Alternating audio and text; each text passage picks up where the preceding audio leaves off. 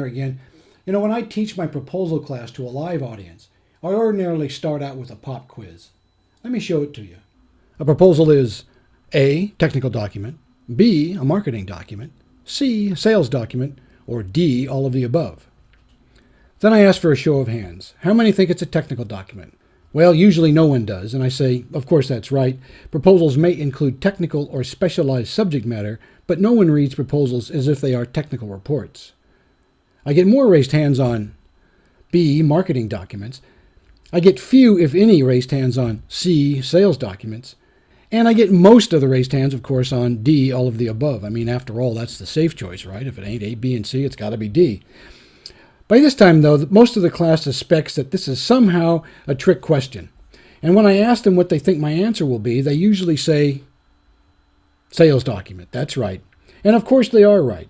As far as I'm concerned, proposals are sales documents. 100% sales documents. Now, the only reason an evaluator is reading your proposal at all, especially if it's a competitive proposal written in response to an RFP, is to be sold on the best offer submitted by a range of offers. So, if she's reading to be sold, doesn't it make sense you ought to be writing to sell? Now, I've made a big deal throughout all these tutorials about the fact that the evaluation process is really a process of elimination and not selection.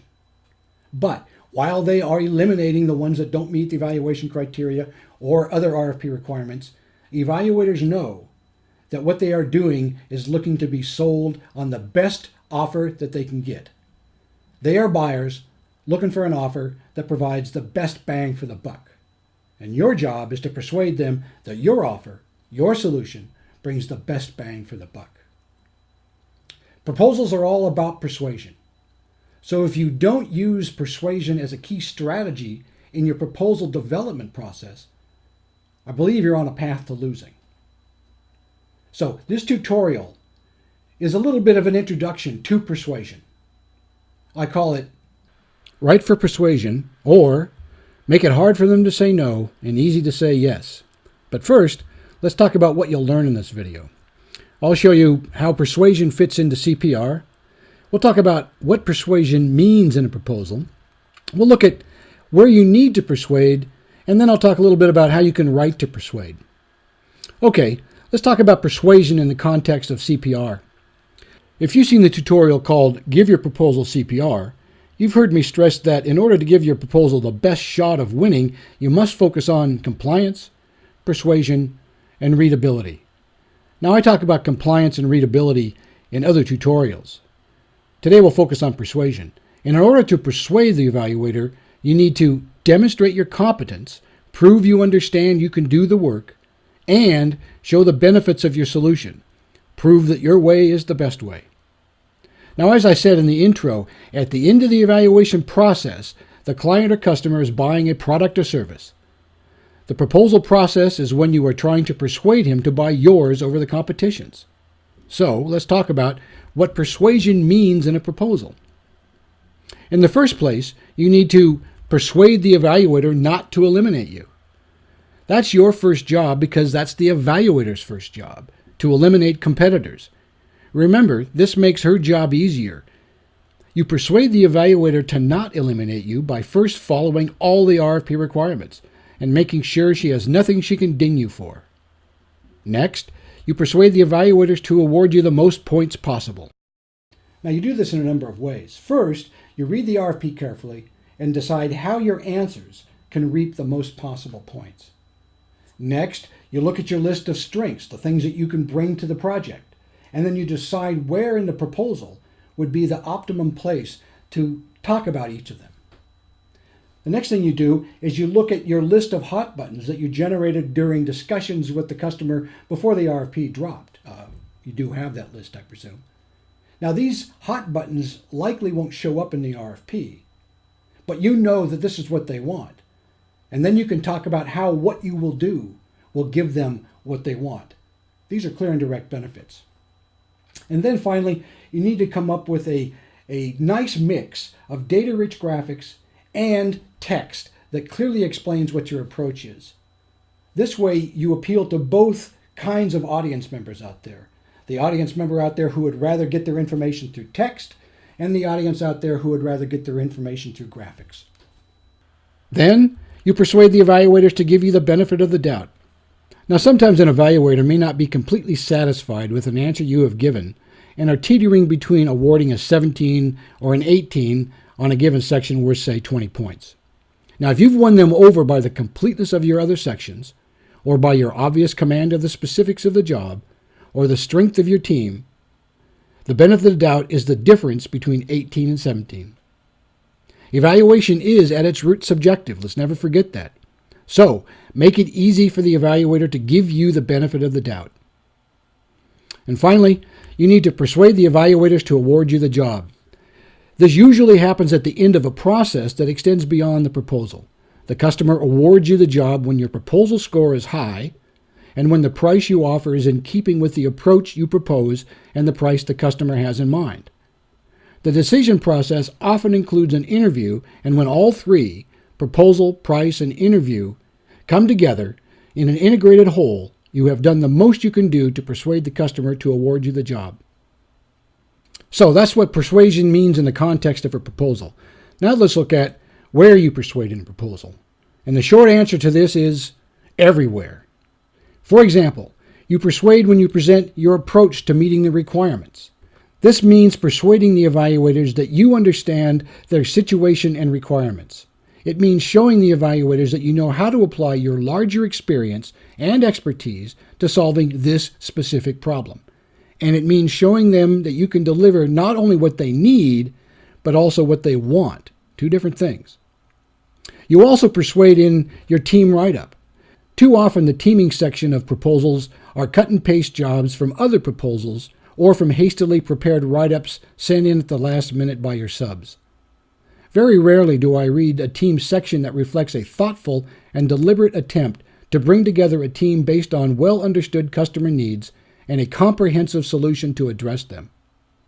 That, however, is what evaluators would like to see most of all. So, spend time crafting your teaming section to show that you have in fact thought things through and have recruited the right people to meet the requirements and to deliver what the customer wants.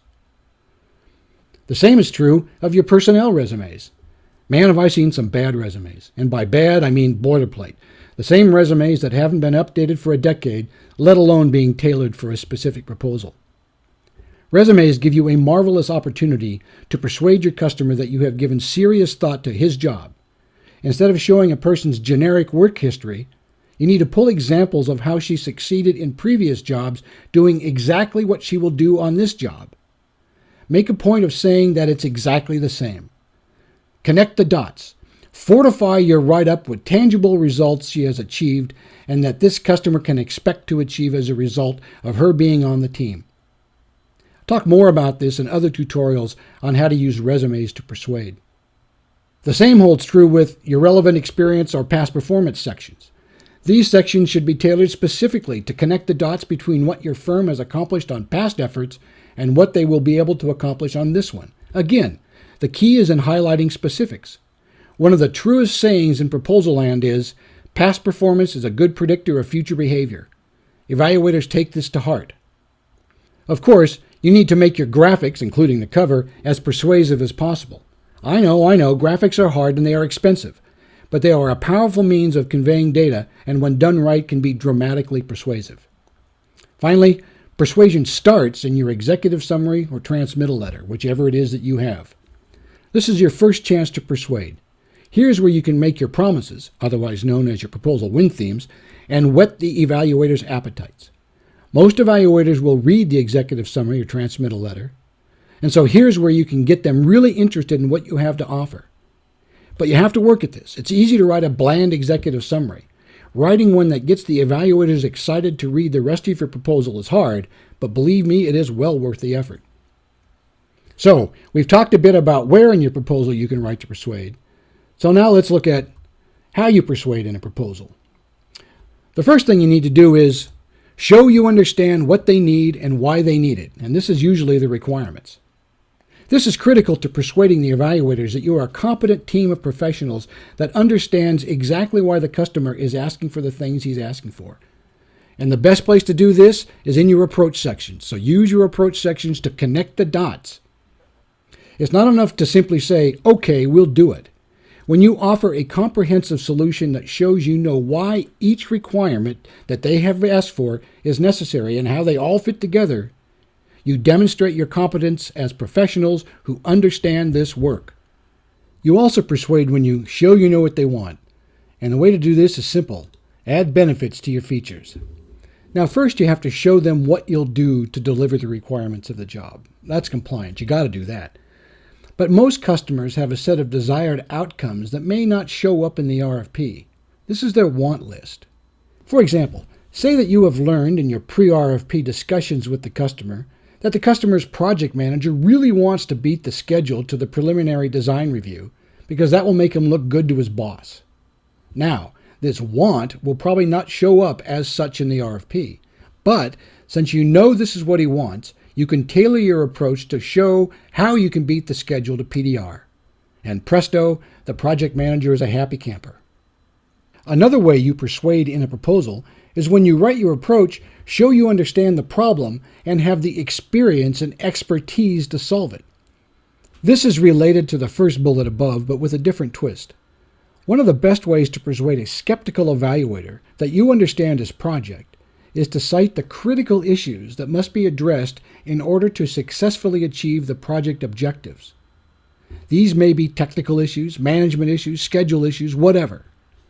The best way to do this is to tie your understanding of the issues to your experience and show you know how to apply your expertise or products to this specific job and address those issues. As you define the critical issues, you need to refer to other projects that gave you insight into these issues. And the tighter you can link your understanding of these issues based on your prior experience with jobs just like the one you're proposing on, the more credibility you buy. That's how you get the benefit of the doubt I talked about earlier. Finally, you persuade the evaluator that you're a responsible team when you show you can follow instructions and do everything the RFP tells you to do. Hey, don't laugh. This is pretty serious. You may not score extra points by simply following instructions, but you persuade evaluators that you can be irresponsible if you fail to follow instructions. I mean, I've had evaluators tell me I'd never hire someone who didn't follow the RFP instructions because I can't trust them to follow the instructions when they get the job. Well, that's the intro to Write for Persuasion. So to sum up, here are a few things to remember about persuasion. Persuasion helps sell your offer. Remember that the proposal is a sales document, and the customer, from evaluator up to the final decision maker, sees it in just those terms. They are buyers and you are a seller. Successful persuasion equals a sale. Persuasion has a role in every part of your proposal. You need to write for persuasion from the transmittal letter or executive summary all the way to the resume for your most junior teammate. Everything the evaluators read needs to be focused on persuading them that you are right for the job. And finally, persuasion works on many levels. For example, when you follow RFP requirements, you persuade the evaluators that you can follow directions and are not going to run things your way when you get the job, which, by the way, won't happen if you don't follow instructions. When you show you understand why the client is asking for the technical or product requirements he has asked for, you persuade her that you understand the problem she is trying to solve. When you cite specific benefits the client will achieve from your solution, you persuade the client that you know what she wants, what her hot buttons are, not just what she needs in terms of project requirements. And when you show how your experience has equipped you to solve similar problems, you persuade the client that you have a credible plan that is based on a history of success. This brings credibility to your offer and buys you the benefit of the doubt. You can always send questions and comments via the form on the page, and don't forget to check out the rest of the videos. And until next time, happy proposaling.